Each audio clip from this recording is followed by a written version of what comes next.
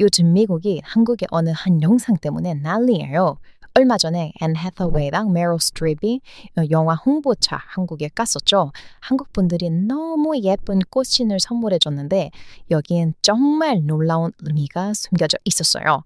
한국인들 센스 대박이라고 미국에서도 칭찬하고 난리가 났답니다. 근데 이 두 명 모르시는 분들 있나요, 혹시? 이 두 명은 미국의 아주 전설적인 영화에 나온 사람들이에요. 영화 이름은 악마는 프라다를 입는다이고 2006년 영화라 20년이 지난 영화예요. 이 영화는 미국에서 엄청난 인기를 받고 미국인들에게 뉴욕에 대한 말도 안 되는 환상을 심어주기도 했어요. 항상 바쁘지만 커피를 들고 사무실로 바삐 걸어가는 커리어 우먼에 대한 환상이에요. 이 영화는 미국의 패션 회사에 대한 이야기인데 이 영화가 너무 인기가 많은 나머지 20년이 지난 2026년 2탄을 2년 만에 제작하게 되어서 그 2탄 개봉하는 영화를 한국에 홍보하러 간 거죠. 근데 아까 말했듯이 이 영화는 패션 영화인데 패션 영화다 보니 이렇게 꽃신을 선물을 한 것이었어요. 앤 해서웨이도 앤 해서웨이의 반응도 정말 감동받은 반응이었고 이 전설적인 메릴 스트립 이 배우 제가 정말 좋아하는데 미국의 영화 중에 제가 정말 좋아하는 그리고 한국인들이 정말 좋아한다고 알려진 밴드 맘마미아 네 맞아요. 그 아바의 노래로 만들어진 뮤지컬 영화인 맘마미아의 주인공의 엄마 역으로 나온 배우였죠. 정말 전설적인 배우가 한국에 갔다 왔어요. 그리고 앤 해서웨이는 뭐 설명할 필요도 없죠. 뭐 말해 뭐해요. 미국에서 가장 아름다운 여자 배우랍니다. 영화 레미제라블에서 절규하면서 부르는 앤 해서웨이의 노래는 진짜 명장면이니까 안 보신 분들 꼭 한번 봐보시길 추천드려요. 예쁜 외모뿐만이 아니라 연기력도 거의 세계 최고 수준인 배우예요. 실제로 앤 해서웨이는 뉴욕에서 태어나서 뉴요커 연기에 최적인 연기를 보여줬죠. 그런데 이번 내한에서 앤 해서웨이가 이런 말을 했어요. 별다방 도서관을 가고 싶다. 이게 무슨 소리일까요? 이게 사실 정말 모르시는 분들이 많을 것 같아요.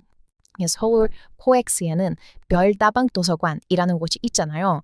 이게 정말 예쁜 곳인데 한국 사람들에게는 딱히 뭐 아주 특별한 공간은 아니에요.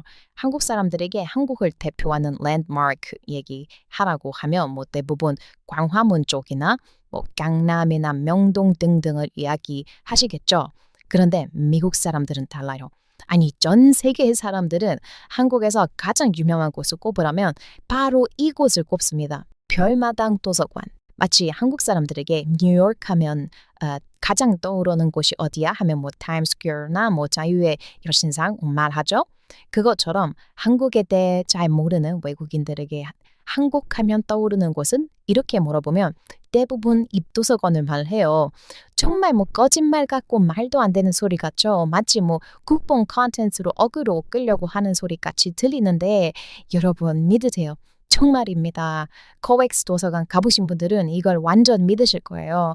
거기 가면 외국인들로 쫙 깔렸어요. 그냥 한국인을 볼 수가 없는 정도입니다. 그리고 줄을 서요. 왜 줄을 서는지 아세요? 바로 이 영상이나 사진을 찍기 위해서인데 이걸 찍으려면 여기에 있는 에스컬레이터를 타야 해요. 그래서 여기서 사진을 찍는 거 이게 한국에 가면 꼭 해야 하는 겁니다. 마치 뉴욕에 가면 뭐 타임스퀘어에서 사진을 찍는 것처럼 말이에요. 언제부터 이 도서관이 이렇게 유명해졌는지는 모르겠지만 이게 정말 영상으로 보면 정말 말도 안 되게 아름다워요. 비현실적으로 예쁘죠. 실제로 가서 봐도 정말 예뻐요. 여기만 외국인이 많은 게 아니에요. 여기 다음으로 또 유명한 게 수원의 스타필드 도서관인데요. 여기도 도서관이고 외국인들이 사진을 찍으려고 줄을 섭니다. 가보신 분들은 아실 거예요. 여기에 외국인이 진짜 많다는 것을. 이 도서관이 유명해지면서 수원에 정말 많은 외국인들이 가기 시작했어요. 이런 비현실적이고 아름다운 영상이 해외에 많이 퍼지면서 사람들이 와 이렇게 예쁜 곳은 어디야?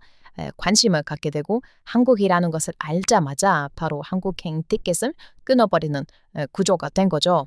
그리고 한국은 점점 외국인들이 많아지는 곳이 되는 거예요. 마치 이 미국 최고의 배우인 앤 해서웨이도 갖고 싶다고 말했을 정도로요. 이 도서관의 위상을 아직도 못 믿으시는 분들이 많으실 텐데요. 이런 웃긴 일도 벌어졌어요. 여러분, 다들 최고로 유명한 배우 중 하나인 휴 잭맨 아시죠?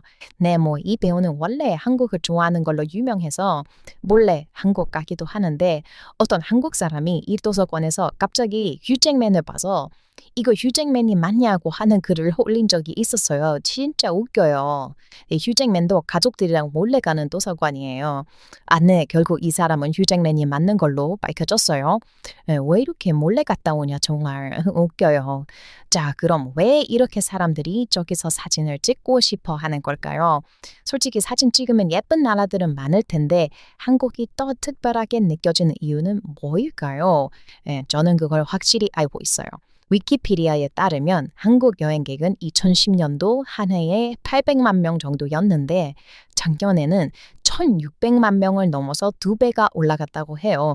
거기에 비하면 뭐 일본은 코로나 시절부터 점점 여행객이 감소하는 추세예요. 뭐 요즘 회복하고는 있지만 점점 감소를 하고 있죠. 물론 일본은 여전히 관광객이 많은 나라예요. 다만 그게 조금은 감소 추세인데 한국은 코로나 이후로도 계속 이렇게 폭발적으로 늘고 있죠.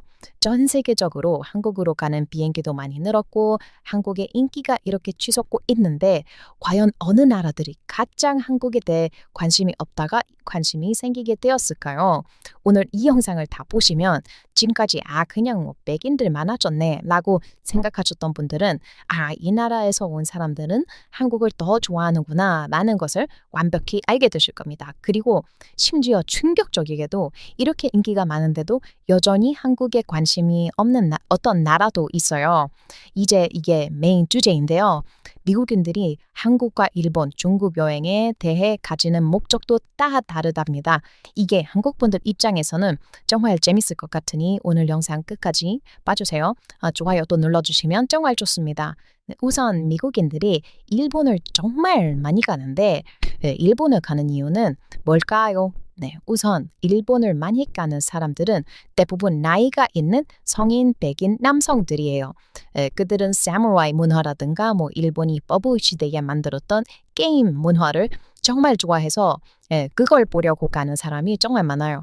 그래서 이미 결혼한 사람도 많고 부인과 뭐 가족을 데리고 일본을 가는 경우가 많답니다. 그래서 일본 여행은 가족 단위로 정말 많이 가요. 그래서 혼자 가는 사람이 별로 없다 보니 오히려 관광객 수가 부풀려지는 거예요. 거기서 뭐 게임도 하고 특히 뭐 일본의 교통 시스템이나 이런 것들이 미국과는 정말 달라서 그런 것들의 매력을 느끼고 가는 미국인들이 많죠. 자, 그럼 한국은 어떨까요? 한국은 백인 남성들이 뭐 요즘은 꽤 많이 까는 추세인데요. 거의 대부분은 솔로 여자들입니다. 여자들이 혼자 한국에 놀러 가는 경우가 정말 정말 정말 정말 많아요. 아니면 여자들이 친구들이랑 같이 모여서 가는 경우도 정말 정말 많죠. 이유는 뭘까요? 일본은 뭐 사무라이랑 게임이었다면 한국 가는 이유 중 가장 큰 건 단 하나예요. 음식. 네, 이게 정말 커요. 사실 일본 음식은 맛있는 것으로 유명도 하지만 미국 사람들은 일식을 잘 못 먹어요. 특히 뭐 초밥 같은 것은 미국인들이 못 먹는 사람이 정말 많은데 한국 음식은 이미 미국에서 폭발적인 인기를 끌고 있기 때문에 그걸 먹으러 한국을 가는 사람이 정말 많아요. 그래서 한국 여행 간 미국인들 사진 보면 뭐 멋진 곳에서 사진 찍은 뭐 기념 사진도 있기는 한데 한국 여행 갔다고 하면 대부분 음식 사진이 남아 있답니다. 네, 그리고 살이 더 쪄요. 미국에서 살면 뭐 살 많이 찌잖아요. 근데 미국 여자들은 한국 가면 살 더 찌고 옵니다. 이유는 뭐 한국 음식도 많이 먹으면 살 미치듯이 쪄요. 네, 제가 한국에서 살지 않아서 정말 다행입니다. 한국에서 오래 살았다면 저는 네, 더 이상 말하지 않을게요. 한국 음식이 영양가가 좋은 것은 사실이지만 자극적이고 맛있는 음식들은 탄수화물이 많이 있어요. 특히 밥이라든가 미국인들이 한국만 가면 정말 좋아하는 호떡 같은 것들은 한번 먹으면 계속 생각나서 미국 돌아오고 나서도 갑자기 그 호떡 생각이 막 미친 듯이 나는데 미국에서는 그걸 먹을 수가 없어서 막 돌아버리거든요. 그래서 한국 가면 막 3개, 4개 사서 그냥 폭식하는 거예요. 음식이 일단 가장 첫 번째 이유예요. 그리고 두 번째 이유는 네, 이건 좀 안 좋게 들리실 수도 있는데 네, 그냥 말할게요. SNS, 인스타그램에 사진 남기는 거예요. 네, 한국 문화는 워낙에 젊은 느낌이 강하다 보니까 나 뭔가 유행 잘 따르고 좀 트렌디한 여자야 라는 것을 표현하는 것 중 가장 강력한 게 한국에서 찍은 사진이에요. 특히 아까 말했던 이 도서관 사진. 이거 한 장 인스타그램에 올리면 메시지가 엄청 오죠. 와, 너 한국 갔다 온 거야? 와, 정말 부럽다. 나도 가고 싶어. 이런 부러움을 한 몸에 받아요.